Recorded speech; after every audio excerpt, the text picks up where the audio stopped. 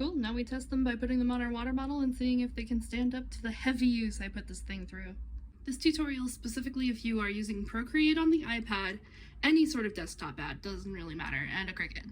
When you're done, you're going to have 2 sets of layers. You're going to have your bleed, which is just the stuff in the background so that if the cut is a little bit off, it still looks good.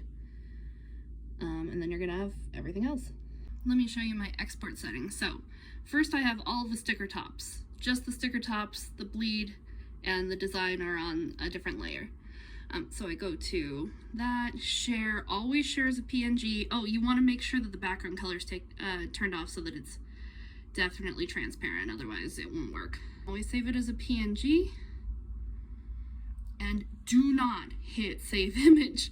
If you save this to your image library, a weird outline will go around it and there's no way to get rid of it. So save it to your files, Dropbox, anything else, just don't save it as an image. Cool, I've got that one, so let's get rid of everything else except for just the bleeds and the background. I just used a brush to make the background prettier, but you can put an entire image back there.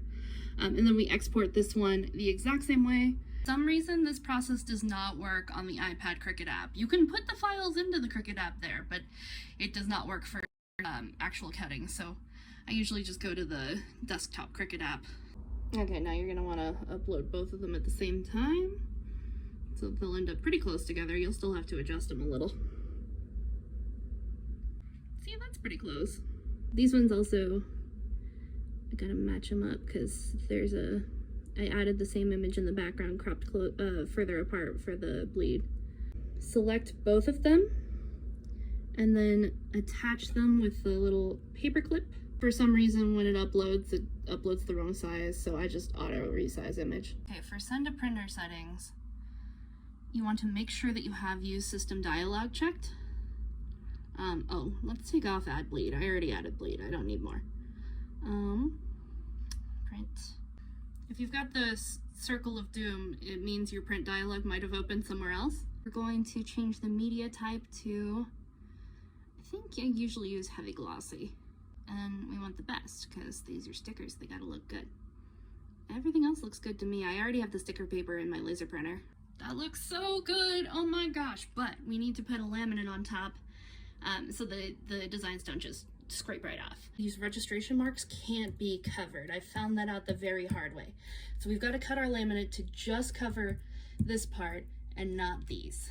I'm using the cheapest holographic laminate they had on Amazon. And I've chosen the star one. Keep in mind, chunky glitter like this sometimes makes things less legible, but I think it's worth it for the chunky glitter. You could measure, obviously, but I usually pull it slightly inside of where I want it, and then mark slightly outside of where I want it, and then cut there.